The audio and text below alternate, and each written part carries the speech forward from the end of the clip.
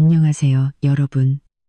오늘 여러분과 함께 나눌 이야기는 바로 이렇습니다. 노후를 편히 보내시라고 시어머니를 모셨더니 며느리는 조용히 친정으로 떠나버렸습니다. 남편이 이유를 묻자 아내는 차갑게 대답했죠. 어느 날이든 좋으니 저녁 6시에 딱 맞춰 집에 한번 와보세요. 그럼 모든 걸 알게 될 거예요. 저는 낡은 버스 창문에 머리를 기댄 채 강남대로의 꽉 막힌 도로 위에서 1미터씩 힘겹게 나아가는 차체의 진동을 온몸으로 느끼고 있었습니다. 창밖은 이미 어둑해졌고 퇴근 시간에 자욱한 미세먼지와 뒤섞인 노란 가로등 불빛이 숨막히는 풍경을 만들어내고 있었습니다. 하지만 이상하게도 도시의 매캐한 공기가 지금 우리 집의 그 공기보다는 차라리 1000배는 더 편안하게 느껴졌습니다. 손목시계는 오후 5시 30분을 가리키고 있었습니다. 예전 같았으면 지금쯤 저는 작은 부엌에서 콧노래를 흥얼거리며 민준 씨가 돌아오기만을 기다리며 저녁 식사를 준비하고 있었을 겁니다. 그 12층 아파트는 저의 천국이었습니다. 교단에 서서 하루 종일 쌓였던 모든 스트레스를 내려놓는 곳, 온전히 제 자신이 될 수 있고 사랑받고 위로받는 공간이었죠. 하지만 그건 모두 과거의 이야기. 시어머니 박 여사님이 오시기 전 2달 전의 이야기일 뿐입니다. 지금 저는 경기도 외곽, 친정 부모님이 계신 낡은 빌라로 향하는 470번 버스 안에 앉아 있습니다. 저는 뜨거운 눈물이 흘러내리지 않도록 두 눈을 질끈 감았습니다. 가방 안에는 갈아입을 옷 몇 벌과 간단한 세면도구, 그리고 미처 다 만들지 못한 수업 교환뿐이었습니다. 저는 집을 나왔습니다. 맞습니다. 동료 교사들에게 늘 온화하고 인내심 강하다는 칭찬을 듣던 초등학교 교사, 남편에게 늘 이해심 많다고 자랑이던 아내가 오늘 집을 나가기로 결심한 겁니다. 어린애처럼 토라진 것도 아니고 뭔가 대단한 일을 벌이려는 것도 아니었습니다. 그저 사람의 인내심에는 한계가 있기 때문입니다. 그리고 저의 그 한계는 지난 60일 동안 조금씩 갉아먹히다가 바로 오늘 오후 산산조각 나버렸습니다. 버스기사 아저씨가 갑자기 끼어든 오토바이를 향해 고함을 치는 소리에 저는 깜짝 놀라 눈을 떴습니다. 학교에서 친정집까지는 오토바이로 40분, 이런 퇴근 시간 버스로는 1시간이 훌쩍 넘게 걸릴지도 모릅니다. 하지만 상관없었습니다. 길이 막힐수록, 버스가 느리게 갈수록 오히려 마음이 편안했습니다. 도로 위에서 보내는 1분 1초가 박 여사님과 마주하지 않아도 되는 시간, 거실의 그 혼란스러운 광경을 보지 않아도 되는 시간, 그리고 귀에 박히는 그 가시돋친 말을 듣지 않아도 되는 시간이었으니까요. 오늘 저녁은 집에 가서 먹고 자고 가겠다고 전화했을 때 놀라시던 엄마의 목소리가 떠올랐습니다. 민준이랑 무슨 일 있니? 저는 차마 사실대로 말하지 못하고 민준 씨가 출장을 가서 혼자 있기 심심해 부모님과 함께 있으려고 왔다고 거짓말을 했습니다. 엄마가 걱정하시는 건 원치 않았습니다. 엄마는 평생 저희 자매를 위해 고생만 하셨으니까요. 당신 딸이 직접 돈을 보태 산 바로 그 집에서 지옥 같은 나날을 보내고 있다는 걸 아시면 얼마나 가슴 아파하실까요? 가방 속 핸드폰이 요란하게 울렸습니다. 민준 씨였습니다. 액정에 뜬 이름을 잠시 바라보다 저는 결국 무음으로 바꾸고 핸드폰을 허벅지 아래로 뒤집어 놓았습니다. 아직 그와 대화할 준비가 되지 않았습니다. 민준 씨는 잘못이 없습니다. 하지만 그의 무심함에 가까운 묻어남이 모든 상황을 이 지경으로 만든 촉매제였습니다. 그는 아침 일찍 출근해서 밤늦게 돌아오니 제가 낮 동안 무슨 일을 겪는지 전혀 알지 못했습니다. 그의 눈에 어머니는 평생 자식을 위해 희생한 위대한 분이셨고 그런 어머니를 모시는 것은 우리 부부의 복이라고 생각했죠. 저는 씁쓸하게 웃었습니다. 복은커녕 행복했던 우리의 보금자리는 이제 태풍이라도 휩쓸고 간 듯 엉망진창이 되어버렸습니다. 버스가 종점에 멈췄습니다. 저는 가방을 고쳐 메고 차에서 내렸습니다. 도시 외곽의 바람이 시원하게 불어오며 곶집 타는 냄새가 섞여 있었습니다. 깊게 숨을 들이쉬자 가슴이 조금은 가벼워지는 기분이었습니다. 저 멀리 부모님 댁의 작은 불빛이 따뜻하게 새어나오고 있었습니다. 저는 소란스러운 도시와 무거운 마음을 등 뒤로 한 채 빠른 걸음으로 그곳을 향해 걸었습니다. 오늘 밤만큼은, 적어도 오늘 밤만큼은 누군가의 인기척이나 일부러 내는 헛기침 소리에 놀라 깨지 않고 푹 잠들 수 있을 겁니다. 모든 것이 뒤바뀌기 시작한 그 운명의 날이 아직도 생생합니다. 2달 전 어느 화창한 일요일 아침이었습니다. 민준 씨는 신이 나서 어머니가 이제 우리와 함께 살며 노후를 보내실 거라고 통보했습니다. 아버님은 일찍 돌아가셨고 박 여사님은 시골집에 홀로 계시며 적적해 하셨고 날씨가 붙을 때마다 몸이 쑤신다고 하셨습니다. 민준 씨는 외아들이었고 어머니를 모시는 것은 자식된 도리였습니다. 저는 전적으로 찬성했고 어떤 반대 의견도 내지 않았습니다. 오히려 제가 먼저 나서서 작은 방을 깨끗이 치우고 새 이불과 베개를 사며 어머니 맞을 준비에 들떴습니다. 저는 머릿속으로 따뜻한 가족의 모습을 그렸습니다. 낮에는 우리 부부가 출근하고 어머니는 집에서 편히 쉬시다가 저녁에는 다 함께 모여 김이 모락모락 나는 식사를 하는 그런 모습 말입니다.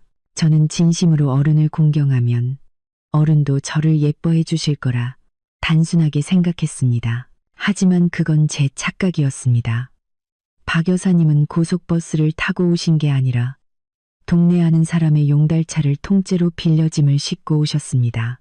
고급 아파트 단지 앞에 용달차가 멈춰서자 경비 아저씨는 트럭 뒷칸에 산처럼 쌓인 온갖 잡동사니를 보며 난처한 표정을 지었습니다.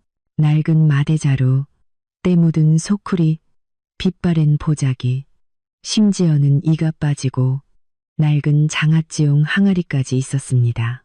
저와 민준 씨가 마중을 나가자 박 여사님은 저를 보자마자 눈을 가늘게 뜨고 머리부터 발끝까지 훑어보시더니 대뜸 한마디 툭 던지셨습니다. 어이구, 며느리는 집에 있으면서 옷차림이 아주 화려하네. 그 원피스 꽤나 비싸겠다. 저렇게 짧아서 뭘 가리기나 하겠어? 저는 그 자리에 얼어붙었고 입가의 미소는 굳어버렸습니다. 제가 입고 있던 것은 무릎을 넘는 단정한 길이에 평소 출근할 때도 즐겨 입던 우아한 원피스였습니다. 하지만 저는 애써 마음을 다잡았습니다. 시골 어르신들은 검은 바지에 수수한 윗도리 차림에 익숙하시니 낯설게 보이실 수도 있겠다고요.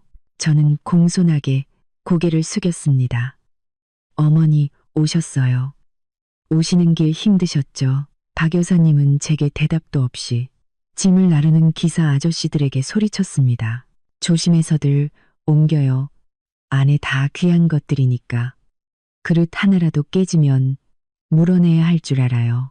민준 씨가 멋쩍게 웃으며 어머니의 팔을 잡았습니다. 어머니, 여기 집에 살림살이 다 있어요. 낡은 물건들 이렇게 많이 가져오시면 집만 좁아져요. 도로 가져가시라고 할까요? 박 여사님은 길길이 날뛰셨습니다. 내가 뭘 안다고 그래. 서울 물건들은 다 겉만 번지르르 하지. 며칠 쓰면 고장나. 이건 내가 수십 년을 쓴 그릇이랑 냄비인데 아직도 멀쩡해. 가져와서 아껴 써야지. 돈이 땅 파서 나오는 줄 알아? 결국 민준 씨의 미약한 만류와 저의 난감한 시선에도 불구하고 그 모든 갑오들이 우리 12층 아파트로 옮겨졌습니다. 모던하고 미니멀한 화이트와 그레이 톤으로 꾸며진 우리 집에 누런 마대자루와 시커먼 대나무 소쿠리가 원목, 마루 거실 한가운데에 떡하니 자리 잡자 공간은 형언할 수 없이 기괴해졌습니다. 그날 밤부터 집안의 공기가 바뀌기 시작했습니다. 박 여사님은 집안을 어슬렁거리며 가구 하나하나를 만져보고는 혀를 차며 불평을 늘어놓으셨습니다. 크림색 패브릭 소파는 때가 잘 탄다고, 이중 커튼은 거추장스럽고 바람을 막는다고, 평면 TV는 너무 커서 전기세만 많이 나온다고 투덜거리셨습니다.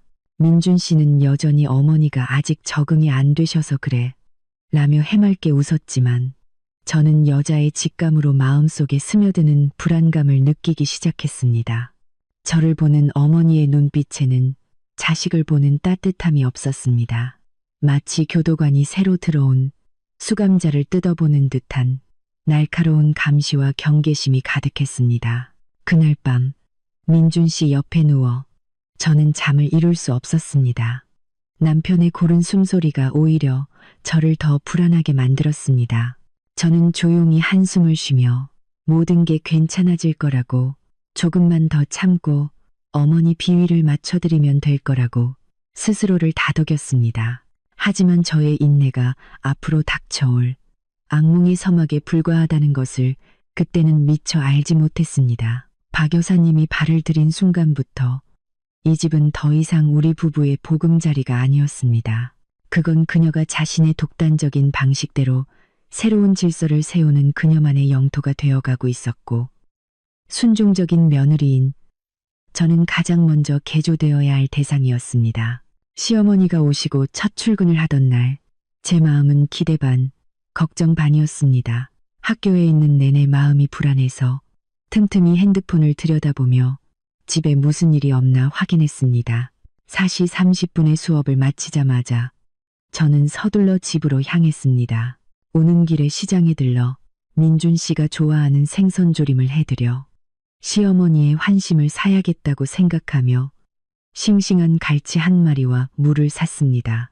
집 문을 열고 들어선 순간 제 눈앞에 펼쳐진 것은 낯선 광경이었습니다.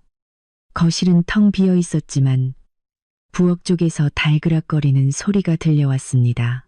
저는 서둘러 구두를 벗고 실내화로 갈아신은 뒤 부엌으로 향했습니다. 어머니, 저 왔어요. 박 여사님은 싱크대 앞에서 무언가를 하고 계셨습니다. 제 목소리를 듣고 돌아선 그녀의 손에는 제가 한 번도 본 적 없는 시커먼 행주가 들려 있었습니다. 왔냐? 옷 갈아입고 나와봐라. 할 말 있다.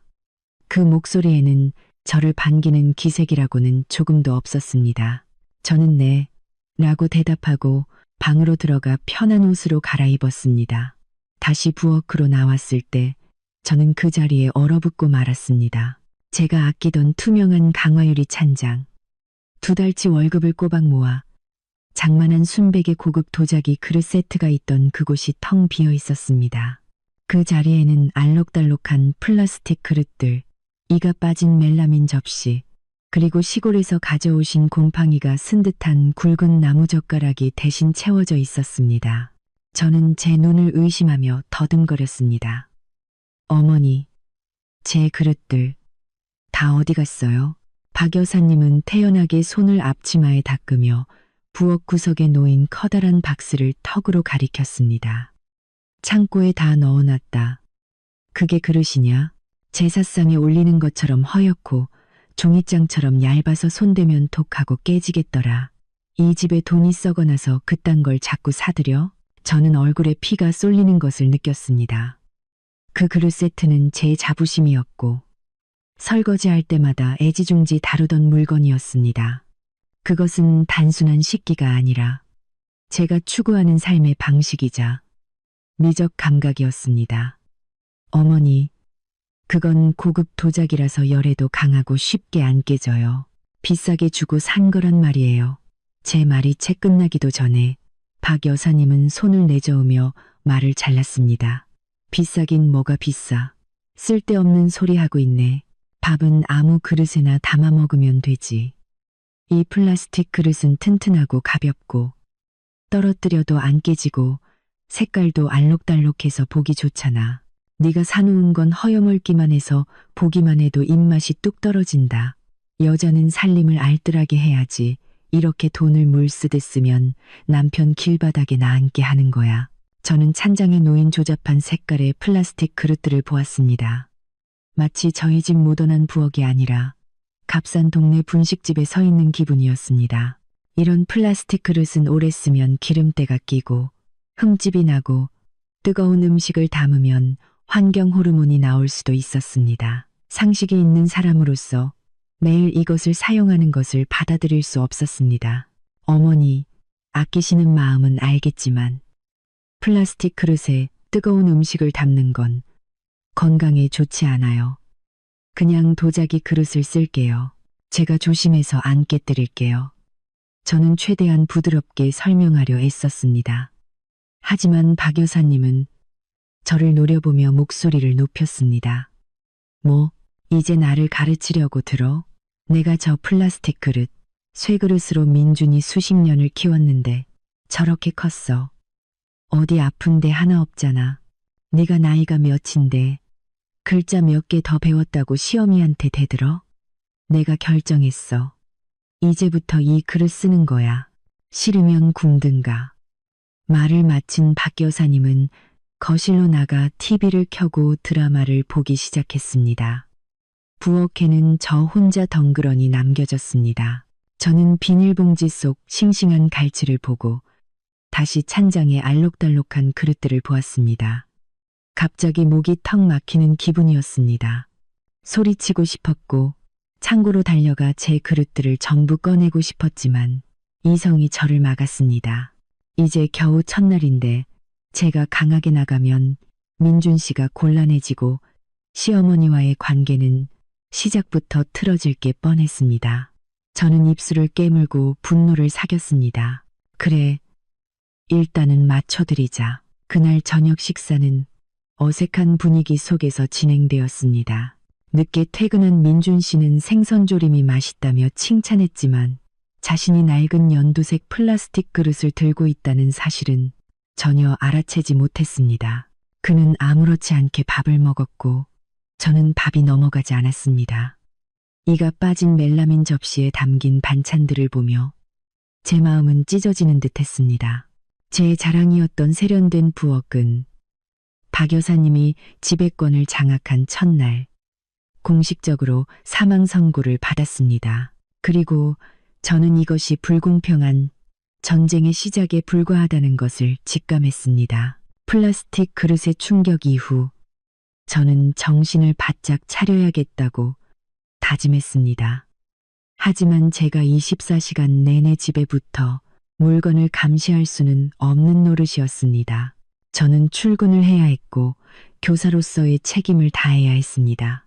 그리고 둘째 날의 비극은 첫날보다 몇 배는 더 끔찍하게 찾아왔습니다. 그날은 화요일이었고 저는 하루 종일 수업이 있어 어제보다 조금 늦게 퇴근했습니다. 아파트 지하 주차장에 차를 세우는데 오른쪽 눈꺼풀이 계속 파르르 떨렸습니다. 불길한 예감이 들었습니다. 12층 엘리베이터 문이 열리자마자 복도에서부터 쇠붙이가 부딪히는 요란한 소리가 들려왔습니다. 저는 서둘러 집으로 향했습니다. 현관문이 활짝 열려 있었습니다. 집 안으로 들어선 순간 저는 들고 있던 가방을 바닥에 떨어뜨리며 그 자리에 얼어붙었습니다. 유럽에서 직수입한 거실과 부엌의 가장 멋진 포인트였던 원형 원목 식탁이 흔적도 없이 사라져 있었습니다.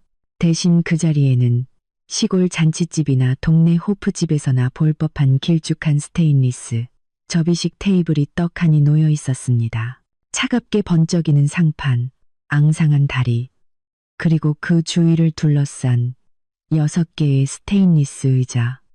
건드리기만 해도 귀에 거슬리는 제 많은 소리를 냈습니다. 저는 손을 떨며 서 있었습니다. 온몸에 피가 빠져나가는 기분이었습니다. 그 원목 식탁은 단순한 가구가 아니었습니다. 우리의 결혼기념일 선물이었습니다. 함께 백화점을 돌며 고르고 골라 비싼 가격에 망설이다 큰맘 먹고 산 것이었습니다. 따뜻한 나무의 감촉, 부드러운 나뭇결, 그리고 원만함을 상징하는 둥근 식탁에 둘러앉아 함께 식사하던 그 순간들을 저는 사랑했습니다. 어머니, 어머니, 저는 목이 메어 소리쳤습니다. 박 여사님이 안방에서 나오셨습니다. 아무 일도 없었다는 듯 평온한 얼굴이었습니다. 왜 그렇게 소란이야? 이웃집에서 듣겠네. 저는 차가운 스테인리스 테이블을 손가락으로 가리키며 갈라지는 목소리로 물었습니다. 저희 식탁, 어디 갔어요? 박 여사님은 태연하게 스테인리스 의자에 앉아 녹차를 한 모금 마시더니 느긋하게 대답했습니다. 아, 그 둥그런 거? 밑에 경비 아저씨한테 싸게 팔았지. 그 양반이 포장마차 여는데 테이블이 필요하다고 해서 바로 가져가더라. 집도 넓어지고 좋네. 어머니, 그 식탁이 얼마짜리인 줄 아세요? 150만 원이에요. 그걸 왜 파세요? 저는 더 이상 목소리를 제어할 수 없어 소리쳤습니다. 박 여사님은 눈을 동그랗게 뜨고 저를 보더니 입술을 삐죽였습니다. 뭐? 150만 원? 사기당했네. 그런 합한 쪼가리가 무슨 150만 원이야.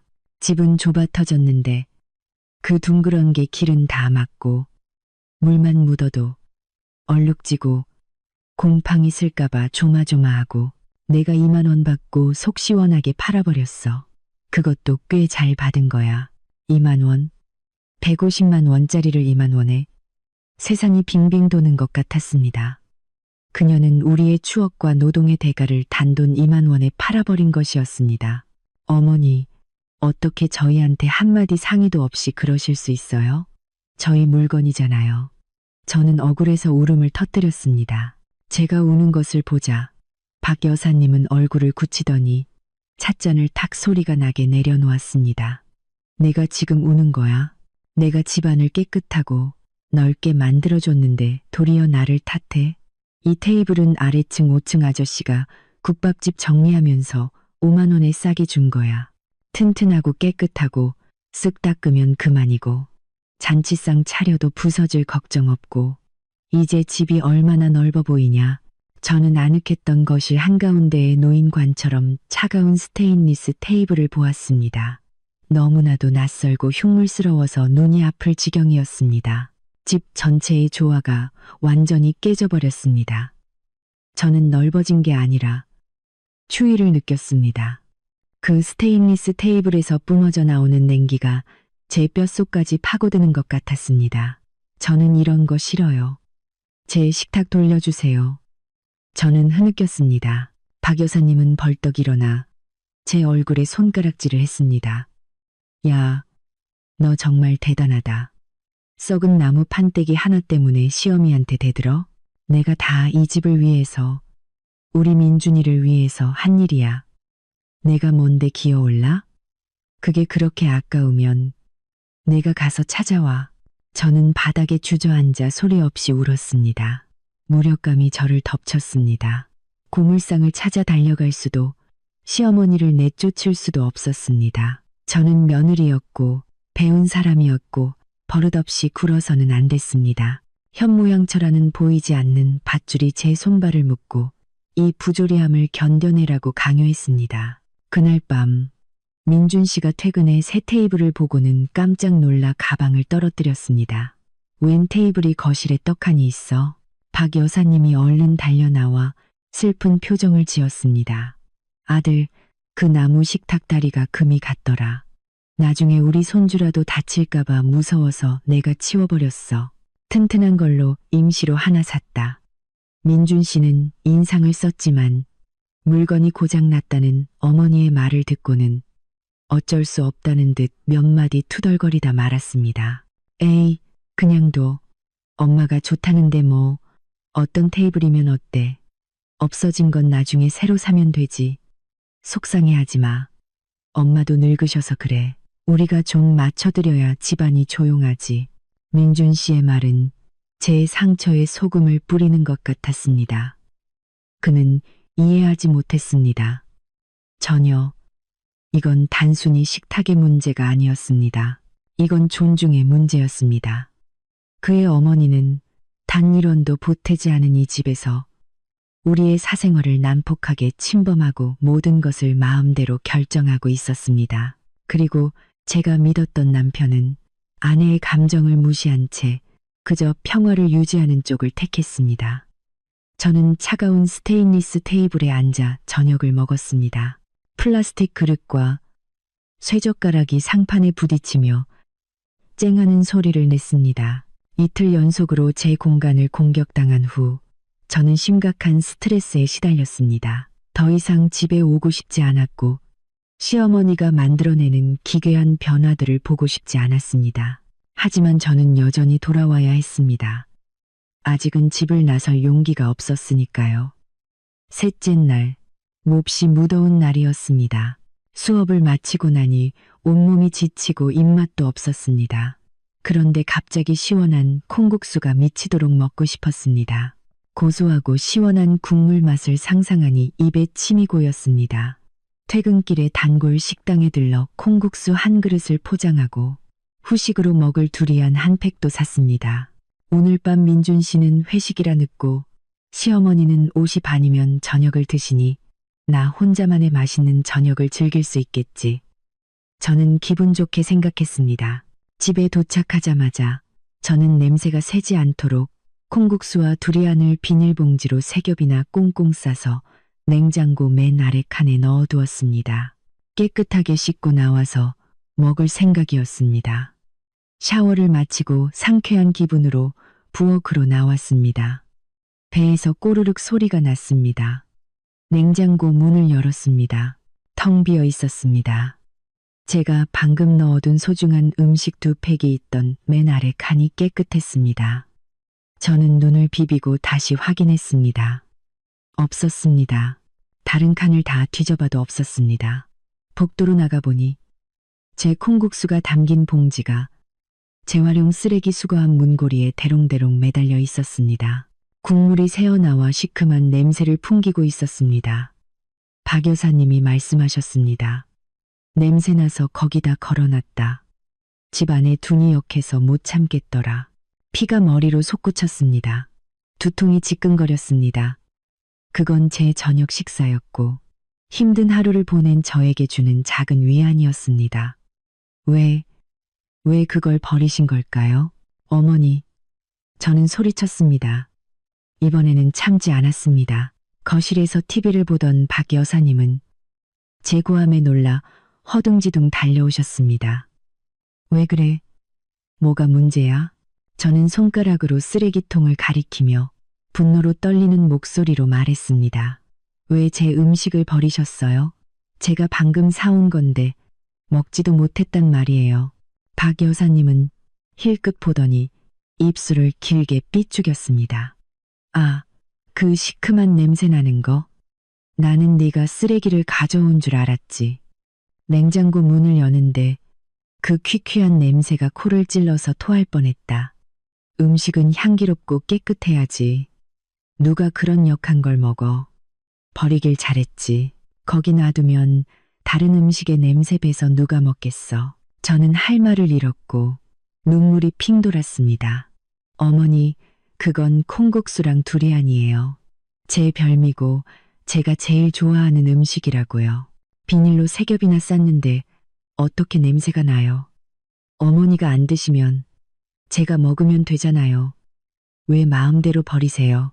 별미는 무슨 별미, 해괴망측한 거지. 박 여사님은 목에 핏대를 세우며 소리쳤습니다. 이 집 부엌은 내가 관리해. 그런 더러운 건 이 집에 들일 수 없어. 먹고 싶으면 나가서 사 먹어. 집에 가져와서 공기 오염시키지 말고. 너 교사라면서 위생관념도 없냐? 그녀의 말 한마디 한마디가 비수처럼 제 자존심을 찔렀습니다. 그녀는 제 취향을 해괴망측하다고 했고 제 음식을 쓰레기 취급했습니다. 그녀는 단순히 콩국수 한 그릇을 버린 게 아니었습니다. 저에 대한 최소한의 존중을 버린 것이었습니다. 여긴 제 집이에요. 제가 먹고 싶은 걸 먹을 권리가 있어요. 저는 절망 속에서 외쳤습니다. 박 여사님은 잠시 멈칫하더니 갑자기 통곡을 하기 시작했습니다. 아이고, 세상에. 동네 사람들, 와서 좀 보세요. 며느리가 시어머니를 집에서 내쫓아요. 여기가 자기 집이래요. 그럼 나는 얻어 사는 식객이니 입도 뻥긋하지 말라는 거 아니야. 민준아, 우리 아들. 네, 마누라가 이 어미한테 욕하는 것 좀 봐라. 그녀는 바닥에 주저앉아 허벅지를 치며 마치 세상에서 가장 억울한 사람처럼 서럽게 울었습니다. 저는 그 광경을 멍하니 바라보았습니다. 저는 그녀를 내쫓은 게 아니었습니다. 단지 제 정당한 권리를 지키려 했을 뿐인데 지난 사흘간 억눌려왔던 감정이 폭발했습니다. 더 이상 설명하고 싶지도 싸우고 싶지도 않았습니다. 저는 조용히 방으로 들어가 문을 닫고 이불을 머리끝까지 뒤집었었습니다. 배는 고팠지만 마음은 차갑게 식어버렸습니다. 거실에서는 박 여사님의 울음소리가 계속 들려왔습니다. 그녀가 시골 누군가에게 전화를 걸어 하소연하는 소리도 들렸습니다.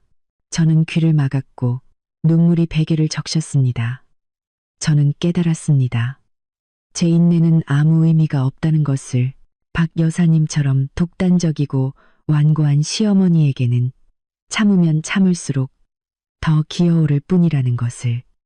이 집에는 더 이상 제가 있을 곳이 없었습니다. 그날 밤부터 집을 떠나야겠다는 생각이 제 머릿속에서 그 어느 때보다 강렬하고 단호하게 싹트기 시작했습니다. 그날 밤 12시 현관문에서 열쇠 소리가 들리는 것으로 보아 민준 씨가 퇴근한 모양이었습니다. 저는 죽은 듯이 누워 자는 척했지만 온 신경은 곤두서 있었습니다. 희미한 술 냄새와 함께 민준 씨가 침실로 들어왔습니다. 그가 침대에 누워 깊은 한숨을 내쉬었습니다. 저는 더 이상 침묵할 수 없었습니다.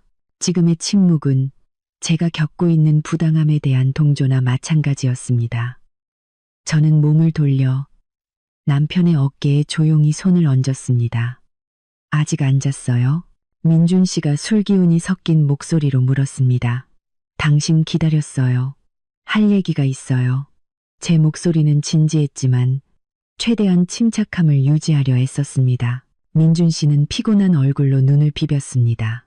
너무 늦었어. 내일 얘기하면 안 될까? 오늘 회식이 너무 힘들었어. 안 돼요. 아주 중요한 얘기예요. 오늘 듣지 않으면 내일 제가 이 집에 남아있을 힘이 있을지 모르겠어요. 제 단호한 말에 민준 씨의 잠이 확 깨는 듯 했습니다. 그는 침대에 등을 기대고 앉아 저를 바라보았습니다. 또 어머니 얘기지. 오늘 무슨 일 있었어? 저는 울음을 참으며 간신히 입을 열었습니다. 오늘 어머니가 제가 사온 음식을 전부 버리셨어요. 썩은 냄새나는 더러운 음식이라고요. 하지만 그건 제 돈으로, 제가 일해서 번 돈으로 산 거예요. 그릇부터 식탁, 제 저녁밥까지. 어머니는 제게 한마디 말도 없이 마음대로 버리셨어요. 저는 이 집에서 존중받지 못하는 기분이에요. 저는 민준 씨의 손을 잡고 그의 눈을 똑바로 쳐다보았습니다. 어머니를 탓하는 게 아니에요. 연세가 있으시니 우리와 생각이 다르실 수 있죠. 하지만 당신이 필요해요. 당신은 어머니 아들이잖아요. 당신 말은 들으실 거예요. 어머니께 잘 좀 말씀해 주세요. 제발 제 물건 좀 버리지 말라고요. 저도 하루 종일 일하고 오면 너무 피곤해요. 집에 와서는 그냥 조용히 쉬고 싶어요. 민준 씨는 한참 동안 말이 없다가 제 머리를 쓰다듬으며 한숨을 쉬었습니다. 알았어. 어머니가 시골 생활에 익숙하셔서 내가 꼼꼼한 게 눈에 거슬리셨나 보네. 내일 내가 어머니랑 얘기해 볼게. 걱정 말고 어서 자. 너무 많이 생각하지 말고. 민준 씨의 약속은 홍수 속의 구명조끼 같았습니다. 저는 그를 믿었습니다. 제 남편이 저를 지켜줄 방법을 알 것이라고 믿었습니다. 그날 밤, 저는 내일은 해가 뜰 거라는 희미한 희망을 품고 잠이 들었습니다. 다음 날 아침은 일요일이었습니다. 민준 씨는 출근하지 않았습니다. 저는 일부러 온 가족이 좋아하는 소고기 뭇국을 끓여 아침 식사를 준비했습니다. 화기애애한 분위기를 만들고 싶었습니다. 식사 후 민준 씨는 어머니께 거실에서 차 한잔 하자며 드릴 말씀이 있다고 했습니다. 저는 부엌에서 설거지를 하며 초조하게 귀를 기울였습니다. 어머니, 저희 집안일 도와주시는 건 정말 감사해요. 그런데 서연이 물건은 버리지 말아주세요. 걔도 다 생각이 있어서 사는 거니까요. 그리고 요즘 돈 벌기 힘든데 버리면 너무 아깝잖아요. 민준 씨는 아주 부드럽게 효자 아들처럼 말을 꺼냈습니다. 저는 속으로 남편이 참 현명하다고 생각했습니다. 하지만 저는 박 여사님의 연기력을 너무 얕보고 있었습니다. 그 말이 끝나자마자 박 여사님은 찻잔을 쾅 하고 내려놓았습니다. 그래, 아침부터 나를 불러내서 훈계하려고 했구나. 어젯밤에 그년이 너한테 또 뭘 일러 바쳤지? 어이구, 대단하다. 낮에는 찍소리도 못하더니 밤에는 남편한테 붙어서 시어미 욕을 해? 욕이라니요. 어머니, 그냥 부탁드리는 거잖아요. 민준 씨가 당황하며 설명했습니다. 박 여사님은 갑자기 대성통곡을 하기 시작했습니다. 그 울음소리가 어찌나 큰지 부엌에 있던 저도 깜짝 놀랄 정도였습니다. 아이고, 내 팔자야. 평생 안 먹고 안 입고 자식 하나 키워놨더니 늙어서 도시까지 와서 밥해 먹이고 잠자리 봐줬더니 나를 식모 취급하네. 내가 더러운 거, 몸에 나쁜 거 버린 게 다 너희들 건강 생각해서 그런 건데 이제 며느리가 아들 부추겨서 나를 집안 망치는 사람으로 만들다니. 민준아, 내 마누라가 그렇게 좋으면 마누라랑 살아. 나는 그냥 시골 가서 죽어버릴란다. 그녀는 가슴을 쿵쿵 치며 눈물 콧물을 쏟아냈습니다. 민준 씨는 허둥지둥 무릎을 꿇고 어머니를 말렸습니다. 어머니, 진정하세요. 제가 언제 어머니를 탓했어요. 그런 말씀 마세요. 저는 부엌 싱크대 모서리를 하얗게 될 때까지 꽉 잡고 서 있었습니다. 연기였습니다. 명백한 연기였습니다. 방금 전까지 맛있게 국밥을 드시던 분이 어떻게 저렇게 서럽게 울 수 있을까요? 그녀는 교묘하게 본질을 흐리고 자신의 난폭한 간섭을 숭고한 희생으로 둔갑시켰으며 민준 씨의 진심 어린 조언을 불효로 만들어 버렸습니다. 입만 살아서는 박 여사님은 제가 들으라는 듯 소리쳤습니다. 내 앞에서는 내내 하면서 뒤에서는 호박씨나 까고 내가 촌스럽고 더럽다고 무시하는 거지. 됐다. 이제부터 너희들 물건에 손 하나 까딱 안 할 테니 어떻게 살든 죽든 내버려 둘란다. 민준 씨는 부엌 쪽으로 고개를 돌려 저를 원망스러운 눈빛으로 쳐다보았습니다. 그는 아무 말도 하지 않았지만 그 눈빛은 마치 이것 봐. 너 때문에 엄마가 우시잖아.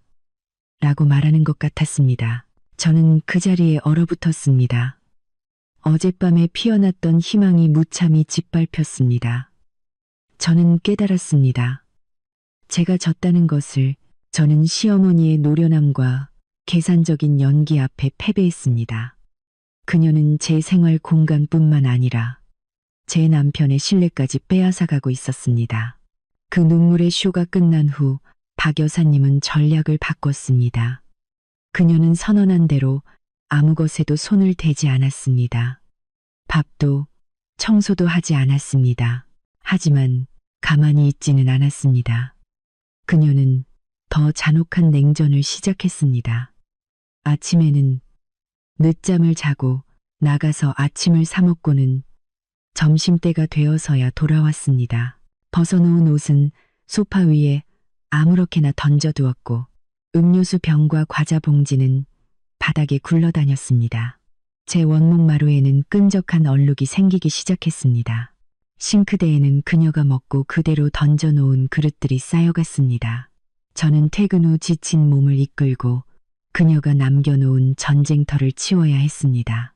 엄마가 삐치셨으니 내가 좀 참아라는 민준 씨의 말 때문에 한마디 불평도 할 수 없었습니다. 하지만 박 여사님의 침묵은 더 무서웠습니다. 그녀는 저를 투명인간 취급했습니다. 제가 인사를 해도 대답이 없었고 제가 물어도 못 들은 척했습니다. 오직 민준 씨와만 대화하거나 시골 사람들과 시끄럽게 통화할 뿐이었습니다. 김 여사. 나야. 여기. 좋지. 아들이 얼마나 잘해주는데. 근데 며느리가 너무 공주님이라 탈이야. 조금만 뭐라 하면 삐치고 우리 민준이가 팔자가 사나워서 저런 걸 만났지.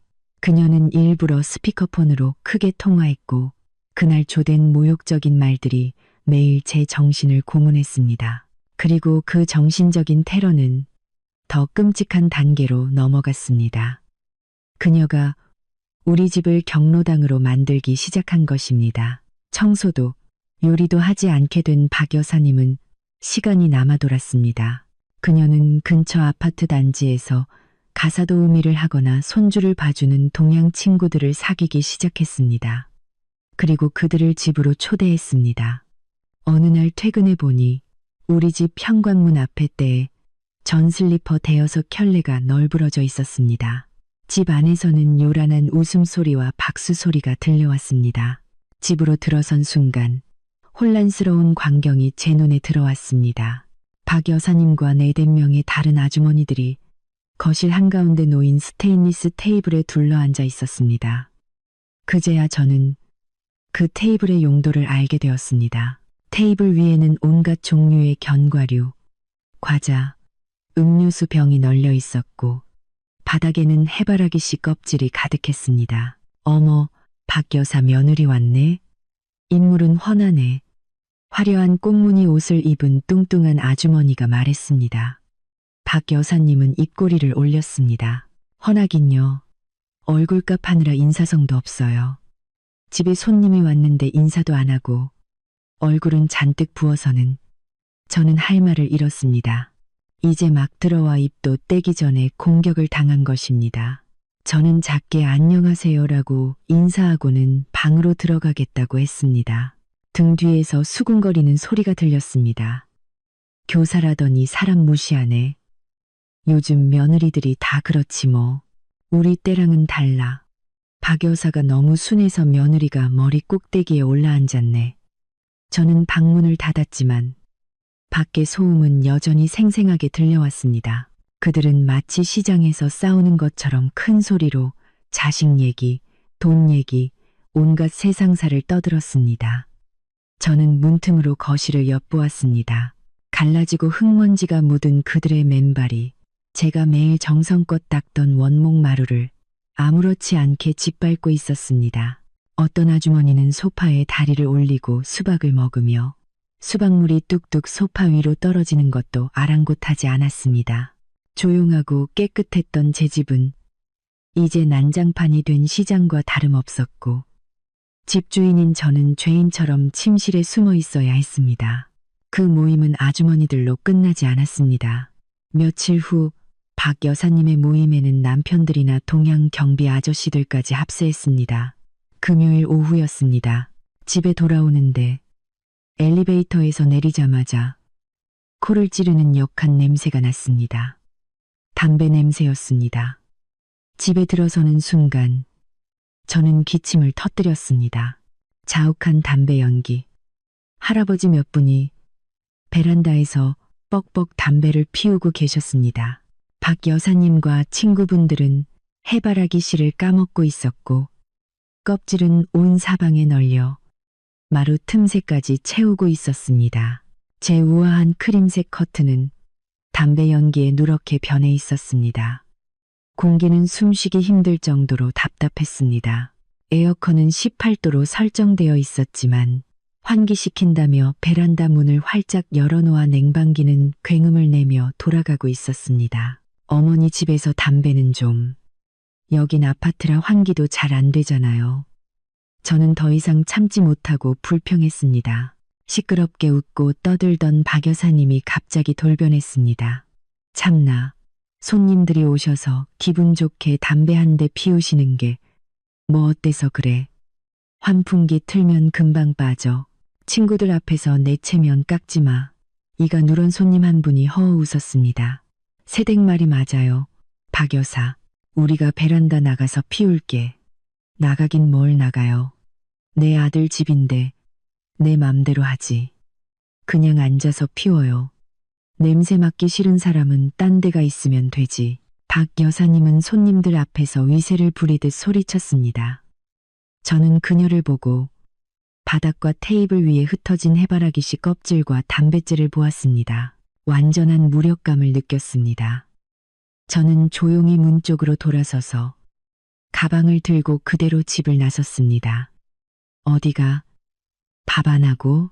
박 여사님이 뒤에서 소리쳤습니다. 제 마음이에요. 저는 퉁명스럽게 대답하고 엘리베이터 버튼을 눌렀습니다. 시어머니에게 버릇없이 대든 것은 그때가 처음이었습니다. 하지만 후회하지 않았습니다. 그 아수라장에 단 1초도 더 머물 수 없었습니다. 폐는 담배 연기로 터질 것 같았고 머리는 소음으로 지끈거렸습니다. 저는 밤늦게까지 거리를 헤매다 집에 돌아왔습니다. 손님들은 모두 돌아갔고 집은 전쟁터처럼 난장판이었습니다. 바닥은 음료수와 해바라기 씨 껍질, 담뱃재로 끈적거렸습니다.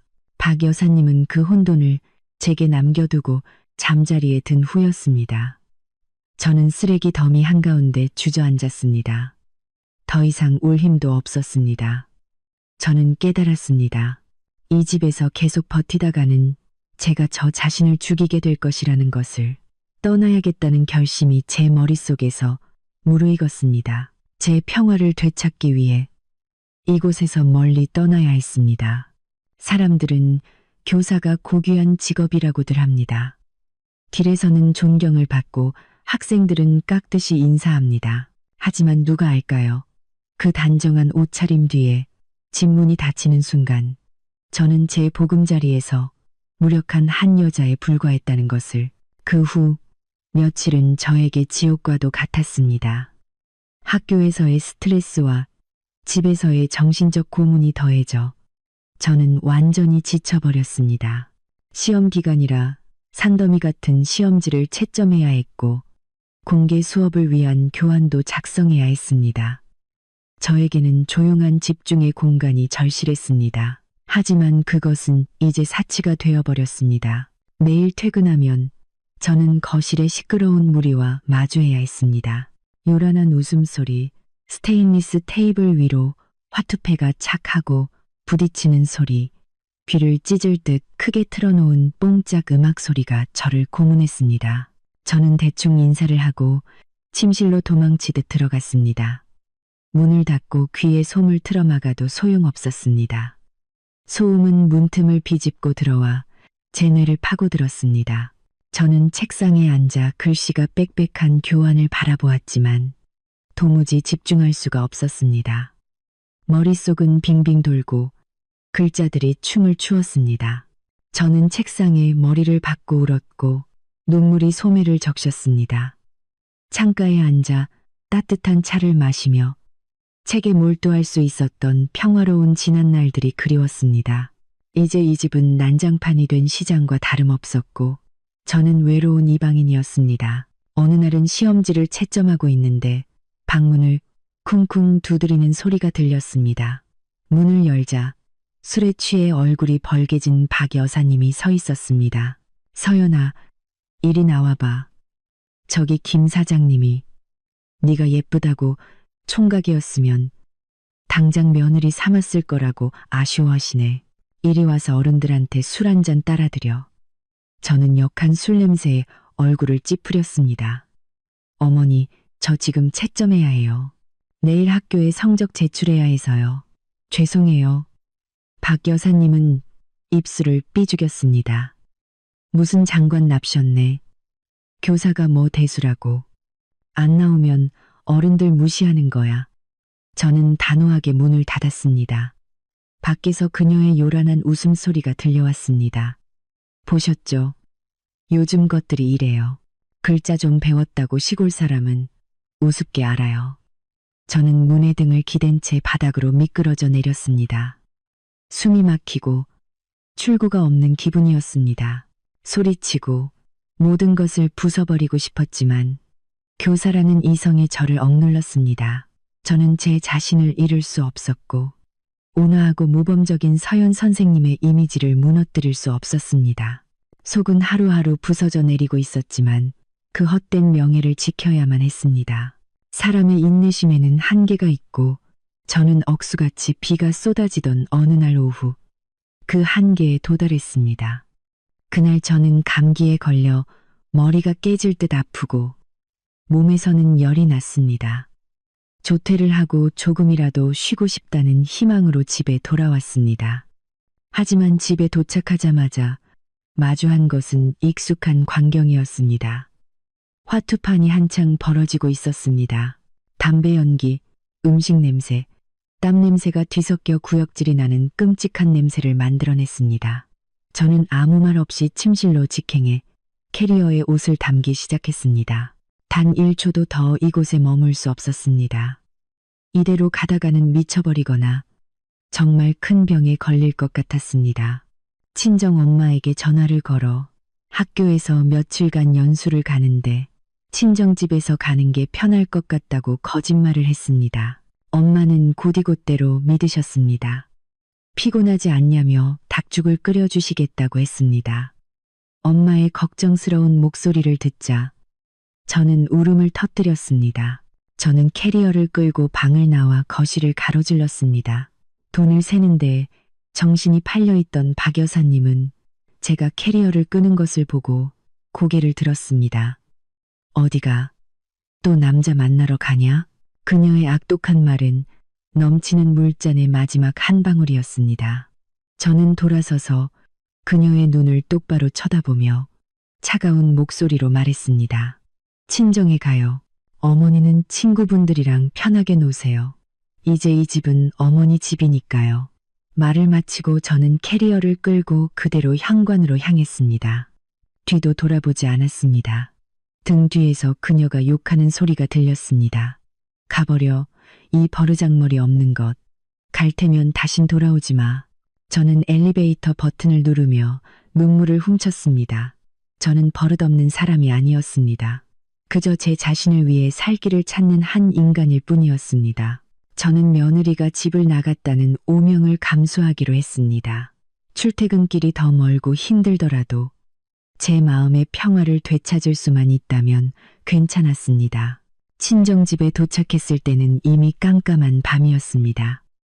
캐리어를 끌고 비에 흠뻑 젖은 제 초췌한 모습으로 나타난 저를 보고 엄마는 기겁하며 저를 집 안으로 이끌었습니다. 저는 엄마를 부둥켜 안고 어린아이처럼 울었습니다. 그날 밤 엄마의 품에 안겨 익숙한 옛집의 냄새를 맡으며 저는 비로소 다시 살아나는 기분이었습니다. 친정집에서의 피난 생활이 시작되었습니다.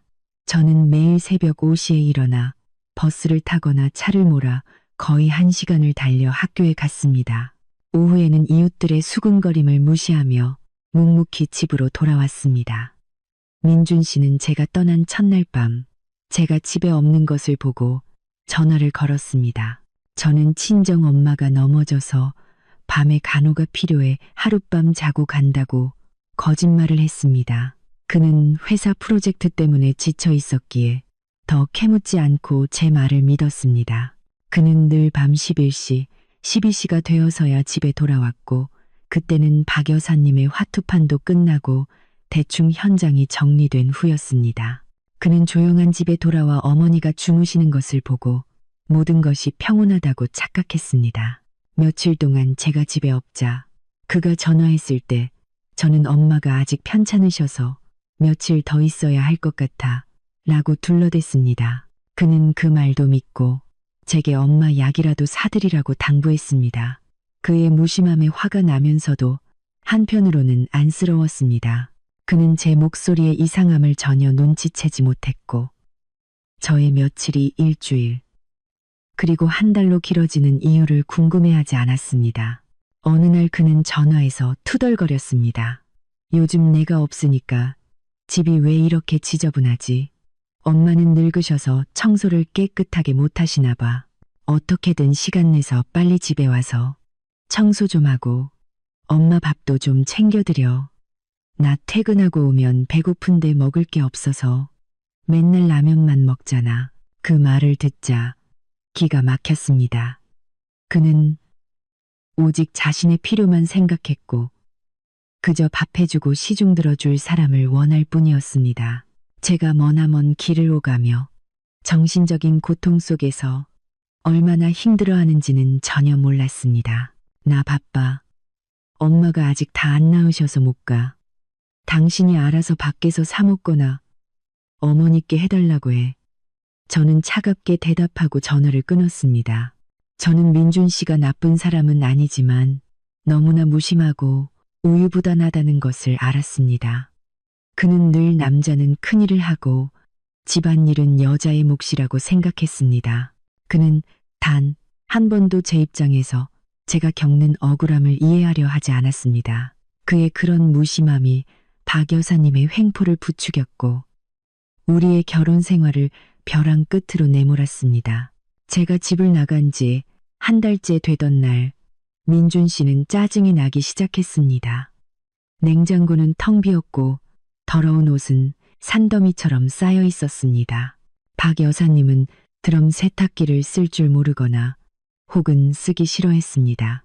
그가 제게 전화를 걸어 날카로운 목소리로 말했습니다. 너 도대체 언제까지 친정에 있을 거야? 집은 돼지우리에 밥도 없어. 너 아내 맞아. 장모님 아프신 것도 정도가 있지. 남편을 이렇게 내팽개쳐도 되는 거야. 저는 교환을 만들다 남편의 어이없는 비난을 듣고 분노가 치밀어 올랐습니다. 저는 참을 만큼 참았습니다. 더 이상 순종적인 아내 역할을 할 수 없었습니다. 할 말 다 했어. 저는 억눌린 분노로 떨리는 목소리로 물었습니다. 제 태도에 민준 씨는 잠시 말을 잃었습니다. 너 그 태도 뭐야? 내가 틀린 말 했어. 당신은 틀리지 않았어. 당신은 눈이 멀었을 뿐이야. 저는 전화기에 대고 소리쳤습니다. 내가 왜 집을 나가야만 했는지 한 번이라도 생각해 본 적 있어. 해가 떠 있을 때 집에 와서 우리 집이 어떻게 변했는지 본 적 있냐고. 당신은 그저 밤늦게 들어와서 아내한테 이래라 저래라 할 줄만 알지. 무슨 소리야? 우리 집이 뭐 어쨌다고? 민준 씨가 의아해하며 물었습니다. 우리 집이 어떤지 알고 싶으면 오늘 저녁에 일찍 퇴근해봐. 밤 12시 말고 저녁 6시에 딱 맞춰서 와보라고. 당신 어머니가 그 집에서 뭘 하고 계신지 똑똑히 봐. 그러고 나서 다시 나한테 전화해. 저는 전화를 끊고 핸드폰 전원까지 꺼버렸습니다. 저는 창밖을 멍하니 바라보며 앉아 있었습니다. 심장이 쿵쾅거렸습니다. 저는 마지막 도박을 한 것이었습니다. 만약 민준 씨가 모든 것을 보고도 어머니를 편들고 그것을 아무렇지 않게 여긴다면 저는 이혼할 것이었습니다. 우유부단한 남편과 괴팍한 시어머니와 사느니 차라리 혼자 사는 게 낫다고 생각했습니다. 전화기 저편, 민준 씨는 꺼진 핸드폰을 들고 혼란과 의심에 휩싸였습니다. 제 날카로운 말은 그의 뺨을 때리는 찬물 같았고 정신이 번쩍 들게 했습니다. 그가 전혀 모르는 어떤 일이 벌어지고 있는 것이 분명했습니다. 저의 도전적인 말은 그날 오후 내내 그의 머릿속을 떠나지 않았습니다. 그는 도무지 일에 집중할 수가 없었습니다. 서연이가 왜 저렇게까지 화를 냈을까? 왜 일찍 오라고 했을까? 엄마는 집에서 뭘 하고 계신 걸까? 오후 5시가 되자 민준 씨는 더 이상 참을 수 없었습니다. 그는 노트북을 덮고 집에 급한 일이 생겼다며 조퇴를 했습니다. 그는 퇴근 시간에 인파 속을 뚫고 오토바이를 몰았습니다. 마음속에서는 불길한 예감이 피어올랐습니다. 아파트 단지에 도착해 주차를 하고 그는 서둘러 엘리베이터에 탔습니다. 층수가 올라갈수록 심장이 더 빨리 뛰었습니다. 12층의 엘리베이터가 멈췄습니다. 복도로 나오자마자 집 근처에서부터 시끄러운 소음이 들려왔습니다. 웃음소리, 박수소리, 고함소리가 뒤섞여 마치 시장 바닥 같았습니다. 그는 미간을 찌푸리며 걸음을 재촉했습니다. 집문은 잠겨있지 않고 살짝 열려 있었습니다. 민준 씨가 문을 밀고 들어서는 순간 그의 눈앞에 펼쳐진 끔찍한 광경에 그는 그 자리에 얼어붙고 말았습니다. 한때는 아늑하고 세련됐던 그의 집 거실이 이제는 소규모 도박장으로 변해 있었습니다. 바닥에는 돗자리가 깔려 있었고 그 위에는 화투패와 현금이 널려 있었습니다. 그의 어머니를 포함한 대여섯 명의 아주머니들이 다리를 꼬고 앉아 화투를 치고 있었습니다. 박 여사님은 선 자리에 앉아 입에는 예전에는 입에도 대지 않던 담배를 물고 패를 쥐고 있었습니다. 그녀는 호탕하게 웃으며 소리쳤습니다. 이번 판은 내가 다 먹었네. 딴소리하기 없기야. 자, 돈 내놔 돈. 그녀 주위로는 해바라기 씨 껍질, 음료수 병, 담뱃재가 바닥에 가득했습니다. 방 안은 담배 연기와 땀 냄새로 자욱했고 TV에서는 시끄러운 트로트 음악이 흘러나왔습니다. 돈을 잃은 아주머니들의 욕설과 뒤섞여 혼란스러운 소음을 만들어냈습니다. 민준 씨는 제 눈을 믿을 수 없다는 듯 망부석처럼 서 있었습니다. 여기가 내 집이란 말인가? 저분이 내가 알던 순박하고 희생적이던 우리 엄마란 말인가? 어머니. 민준 씨가 분노와 경악으로 갈라지는 목소리로 외쳤습니다. 그의 외침은 맑은 하늘의 날벼락처럼 울려 퍼졌고 모든 사람들이 깜짝 놀라 그를 쳐다보았습니다. 돈을 긁어모으던 박 여사님은 일찍 돌아온 아들을 보고 얼굴이 새하얘졌습니다. 입에 물고 있던 담배가 바닥으로 툭 떨어졌습니다. 민준아, 오늘 웬일로 이렇게 일찍 왔냐? 그녀는 더듬거리며 허둥지둥 화투패와 돈을 등 뒤로 감추었습니다. 민준 씨는 어머니를 보고 엉망이 된 집안을 둘러보고 자신을 쳐다보는 낯선 얼굴들을 보았습니다. 그는 모든 것을 깨달았습니다. 서연이가 왜 집을 나갔는지, 왜 그렇게 억울해했는지, 그의 아내는 이 끔찍한 광경을 얼마나 오랫동안 견뎌왔던 걸까요? 불타는 듯한 분노가 그의 가슴 속에서 치밀어 올랐습니다. 그는 주먹을 꽉 쥐고 모든 것을 부숴버리고 싶은 충동을 간신히 억눌렀습니다.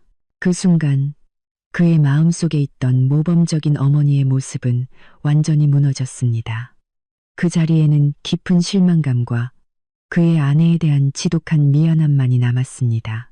민준 씨는 깊게 숨을 들이마시고 목소리가 떨리지 않도록 애썼지만 그의 분노는 이미 극에 달해 있었습니다. 그가 존경하던 어머니가 집을 이런 도박 소굴로 만들었다는 것을 믿을 수가 없었습니다. 아주머니들, 죄송하지만 오늘은 이만 돌아가 주십시오. 저희 집에 일이 좀 있습니다. 민준 씨는 차갑고 날카로운 눈빛으로 한 사람을 쏘아보며 또박또박 말했습니다. 박 여사님의 도박 친구들은 상황이 심상치 않음을 깨닫고 서둘러 돈과 가방을 챙겨 일어섰습니다. 집주인의 단호하고 무서운 태도 앞에 누구도 감히 입을 열지 못했습니다. 아니 민준아, 한창 재밌게 노는데 왜 그래? 박 여사님이 힘없이 말렸지만 민준 씨의 불타는 눈빛에 입을 다물었습니다. 이분도 채되지 않아 소란스럽던 무리는 모두 사라지고 어지럽고 답답한 공간만이 남았습니다. 민준 씨는 창가로 걸어가 커튼을 양쪽으로 거칠게 젖히고 창문을 활짝 열었습니다. 바람이 들어와 집 안가득 배어있던 지독한 담배 냄새를 몰아냈습니다. 그는 돌아서서 어머니를 똑바로 쳐다보았습니다. 어머니, 이게 다 어떻게 된 일인지 설명 좀 해보세요. 잠시 당황했던 박 여사님은 금세 평정을 되찾았습니다. 그녀는 소파에 앉아 옷에 묻은 담뱃재를 털어내며 태연한 척했습니다. 내가 너무 심심해서 그랬다. 너는 맨날 늦게 오고 내 마누라는 집 나가서 소식도 없고 나 혼자 집에 있으려니 적적해서 친구들 불러다 재미로 화투 좀 친 거야. 뭘 그렇게 심각하게 그래. 재미로요? 민준 씨는 비웃으며 바닥에 남은 화투패와 돈을 가리켰습니다. 재미로 치는데 판돈이 몇십만 원씩 오가요. 어머니, 도박이 불법인 거 모르세요? 경찰서에서 와서 어머니 손에 수갑 채워가야 만족하시겠어요? 박 여사님은 입을 삐죽였습니다. 푼돈 갖고 노는 건데 경찰이 뭘 잡아가. 겁주지 마라. 내 돈으로 내가 노는데 네가 왜 아까워해. 민준 씨는 어머니의 억지에 무력감을 느꼈습니다. 그는 어머니 맞은편에 앉아 지친 목소리로 말했습니다. 돈이 아까운 게 아니에요. 이 집이 아까운 거예요. 여긴 우리 부부의 보금자리이고 제가 하루 종일 힘들게 일하고 돌아와 쉬고 싶은 곳이에요. 근데 지금 보세요. 여기가 쓰레기장이랑 뭐가 달라요? 서연이가 뭘 견뎠는지 아세요? 걔는 퇴근하고 와서 어머니 도박 친구들 뒤치다꺼리까지 했어요. 어머니가 걔를 집 나가게 만들어 놓고 여기서 태평하게 화투를 치실 수 있으세요? 서연이 얘기가 나오자 박 여사님은 또다시 발끈했습니다. 그래, 내 마누라가 다 일러 바쳤구나. 그럴 줄 알았어. 자기가 못 견디겠으면 나가면 되지. 누가 붙잡았나. 공주처럼 자라서 조금만 힘들면 징징거리는 년. 나도 집에서 청소했어. 오늘만 너무 재밌어서 미처 못했을 뿐이야. 청소요? 민준 씨는 어지러운 방을 둘러보았습니다. 어머니 청소는 쓰레기를 침대 밑에 밀어넣거나 베란다에 버리는 거잖아요. 어머니 제발요. 제가 어머니 모신 건 편안한 노후 보내시라고 한 거지. 제 가정을 이렇게 박살내시라고 한 게 아니에요. 아들이 강하게 나오자 박 여사님은 다시 울음보를 터뜨렸습니다. 아이고, 내 아들이 마누라. 편들고 나를 잡네. 내가 늙어서 너희들한테 짐이구나. 그래, 나 그냥 시골로 돌아갈란다. 죽든 살든 너희들한테 폐 안 끼치고 살게. 예전 같았으면 민준 씨는 바로 마음이 약해졌을 것입니다. 하지만 오늘 이 광경을 직접 본 이상 더 이상 물러설 수 없다는 것을 알았습니다. 그가 강하게 나가지 않으면 그의 결혼 생활은 정말로 끝장날 것이었습니다. 민준 씨는 평소처럼 어머니를 달래지 않았습니다. 그는 일어나 부엌으로 들어가 찬물을 한 컵 가득 따라 단숨에 마셨습니다. 화를 가라앉히기 위해서였습니다. 이 문제를 완전히 해결하기 위해서는 냉정한 머리가 필요했습니다. 시골 가신다고 협박하실 필요 없어요. 민준 씨가 부엌에서 말했습니다. 정말 가고 싶으시면 내일 당장 차편 알아봐서 모셔다 드릴게요. 하지만 어머니도 가고 싶지 않으시잖아요. 시골집은 이제 텅 비어서 적적하고 어머니는 편찮으실 때마다 누가 돌봐드려요? 박 여사님은 울음을 뚝 그치고 아들을 곁눈질로 쳐다보았습니다. 그녀는 자신의 약점이 외로움과 병이라는 것을 알았습니다. 그녀는 시골의 밭을 다 팔고 올라왔습니다. 이제 돌아가면 무엇을 먹고 누구에게 의지하며 살겠습니까? 민준 씨는 거실로 나와 말을 이었습니다. 여기에 계속 계시고 싶으시면 이 집의 규칙을 존중하셔야 해요. 이 집 주인은 저와 제 아내 서연이에요. 서연이는 제가 만나본 사람 중에 가장 착하고 현명한 사람이에요. 어머니 비위 맞춰드리려고 밥해드리고 온갖 시중 다 들었어요. 그런데 어머니는 서연이한테 어떻게 하셨어요? 물건을 버리고 흉보고 집을 난장판으로 만드셨어요. 서연이를 며느리, 가족으로 생각하셨어요. 아니면 하녀로 보셨어요? 나는 그냥 가르치려고 한 거야. 박 여사님이 기어들어가는 목소리로 말했습니다. 가르쳐요? 민준 씨가 말을 잘랐습니다. 도자기 그릇 버리고 독성 있는 플라스틱 그릇 쓰게 하는 게 가르치는 거예요? 소중한 원목 식탁을 고물상에 팔아버리는 게 가르치는 거예요? 사온 음식을 쓰레기통에 버리는 게 가르치는 거냐고요. 어머니, 그건 파괴고 부당한 강요일 뿐이에요. 민준 씨는 어머니 옆에 앉았습니다. 그의 목소리는 간절했지만 여전히 단호했습니다. 오늘 제가 서연이한테 전화했을 때 뭐라고 한 줄 아세요? 이 상황이 계속되면 이혼하겠대요. 어머니, 아들이 이혼하길 바라세요? 제가 평생 혼자 살길 바라세요? 박 여사님은 입을 삐죽였습니다. 이혼하면 하지. 뭐가 무서워. 너 같은 남자가 왜 여자가 없어. 걔 버리면 내가 더 젊고 예쁘고 말 잘 듣는 애로 새로 얻어주면 되지. 민준 씨는 씁쓸하게 웃으며 고개를 저었습니다. 어머니는 아직 문제의 심각성을 깨닫지 못하고 있었습니다. 그녀는 여전히 구시대적인 시어머니의 권력에 대한 환상 속에 살고 있었습니다. 그는 이제 더 강한 수단, 어머니가 가장 신경 쓰는 경제적인 수단을 써야 할 때라는 것을 알았습니다. 새 장가드는 게 쉬운 줄 아세요? 민준 씨는 어머니의 눈을 똑바로 쳐다보았습니다. 한번 계산해 볼까요? 요즘 결혼하려면 예단비만 최소 5천만 원이에요. 스튜디오 촬영, 결혼 반지, 예복도 거의 5천만 원 들고요.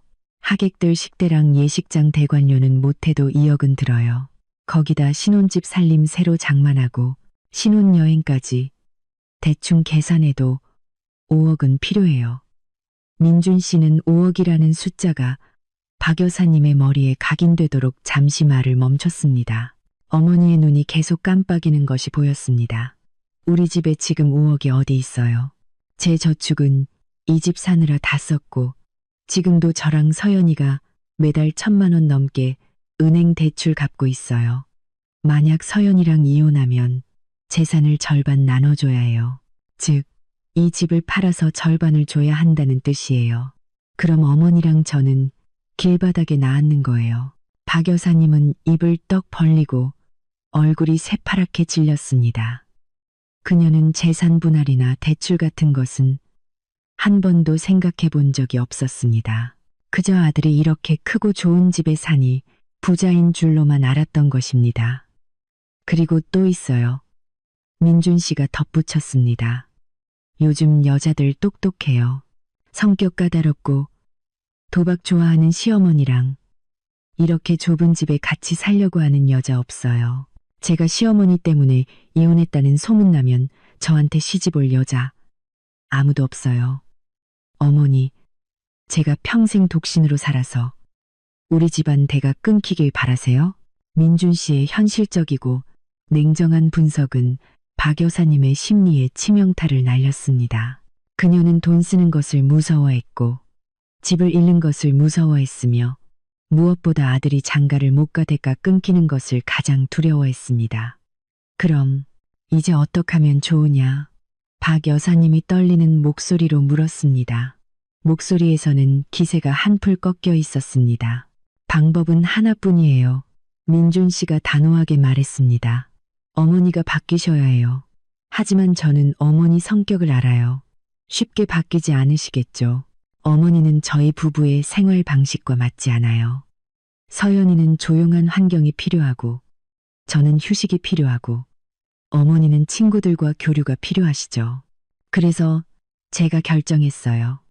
민준 씨는 숨을 한번 고르고 집으로 오는 내내 생각했던 결정을 내뱉었습니다. 제가 어머니를 위해 바로 옆 동네 빌라에 깨끗한 월세방을 하나 얻어드릴게요.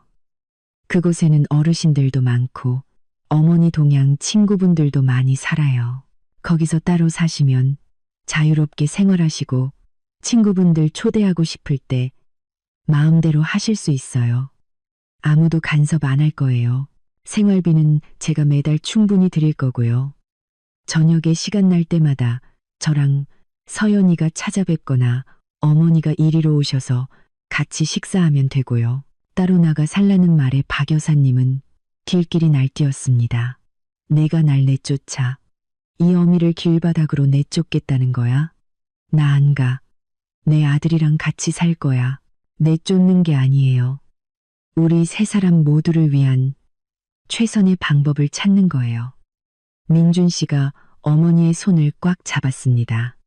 어머니가 여기 계시면 어머니도 불행하고 서연이도 불행하고 중간에 낀 저도 괴로워요. 거기로 가시면 저희랑 가깝기도 하고 친구분들도 있고 자유롭게 사실 수 있잖아요. 잘 생각해 보세요. 만약 어머니가 동의하지 않으시면 저는 이 집을 팔아서 서연이한테 돈을 나눠줄 수밖에 없어요. 그럼 우리 모자는 정말 허름한 월세방에서 살아야 해요. 선택하세요. 아들의 전례 없이 단호한 태도와 너무나 명백한 경제적인 계산 앞에서 박 여사님은 결국 물러설 수밖에 없었습니다. 그녀는 민준 씨가 말하면 실행하는 성격이라는 것을 알았고 무엇보다 집을 팔고 가난하게 살아야 한다는 상상은 그녀를 몸서리치게 만들었습니다.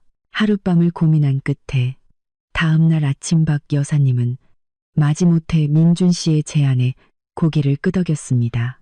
그녀는 방이 깨끗하고 에어컨과 TV가 있어야 하며 시장과 가까워야 한다는 조건을 내걸었습니다. 민준 씨는 즉시 동의했습니다. 그날 오후 민준 씨는 휴가를 내고 어머니의 방을 구하러 다녔습니다. 다행히도 두 블록 떨어진 오래된 빌라 단지에 박 여사님의 요구에 딱 맞는 1층 월세방이 있었습니다.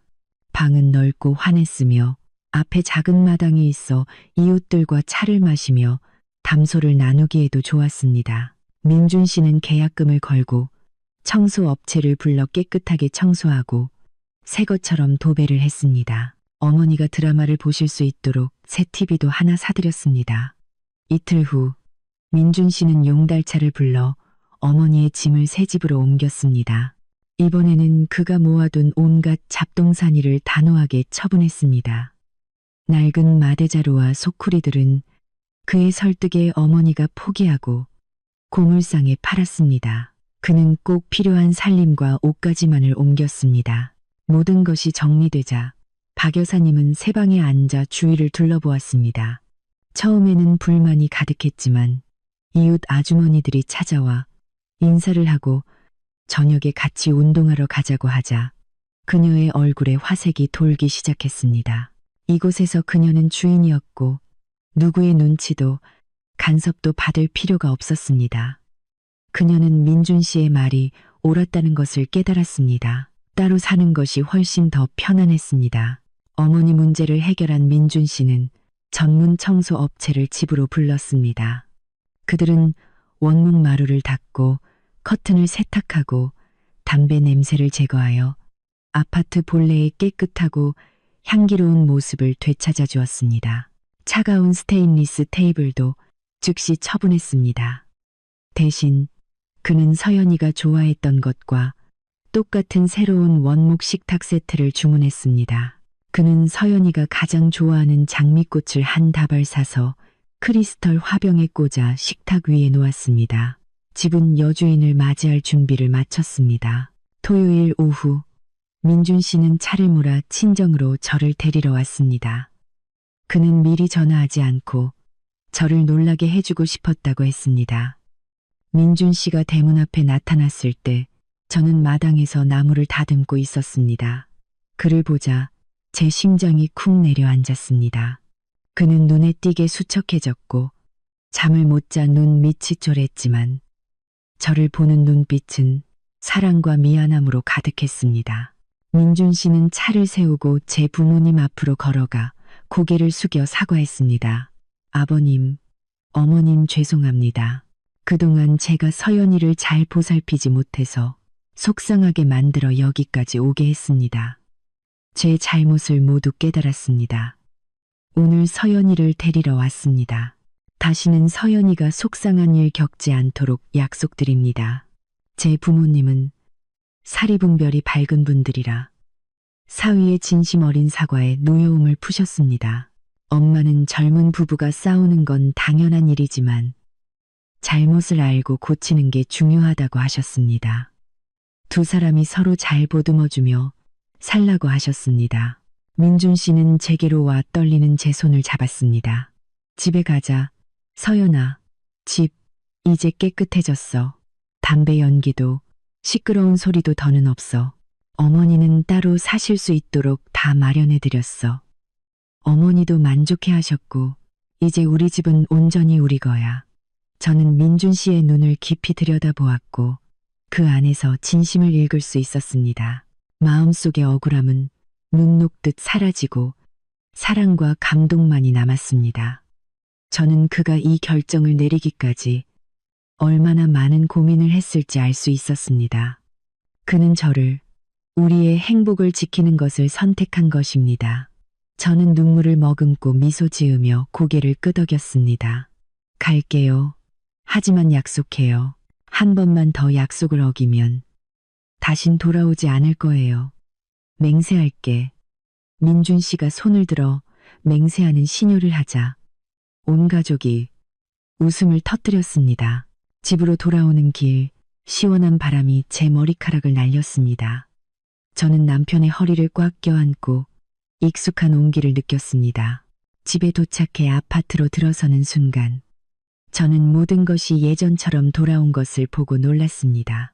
은은한 레몬그라스 향기, 반짝이는 마루, 그리고 무엇보다 부엌 한가운데 놓인 새로운 원목 식탁. 저는 달려가 식탁 표면을 쓰다듬었고 다시 눈물이 흘렀습니다. 민준 씨가 뒤에서 저를 안으며 속삭였습니다. 집에 돌아온 걸 환영해 여보. 우리의 결혼 생활은 새로운 장을 열었습니다. 주말마다 우리 부부는 어머니를 찾아뵙고 과일과 간식을 사다 드렸습니다. 이제 마음이 편안해진 박 여사님은 며느리를 만나는 것도 예전처럼 날카롭지 않고 부드러워졌습니다. 가까운 거리였지만 그 물리적 거리는 관계를 지키는 데 필요한 사적인 공간을 만들어 주었습니다. 저는 깨달았습니다. 때로는 적절한 거리, 두기가 갈라진 틈을 메우는 가장 좋은 약이 될 수 있다는 것을요. 그리고 가장 중요한 것은 제게는 제 말을 들어주고 진정한 의미에서 저를 지켜주는 남편이 있다는 사실이었습니다. 끝까지 이야기를 들어주셔서 진심으로 감사합니다. 다음 영상에서 다시 뵙겠습니다.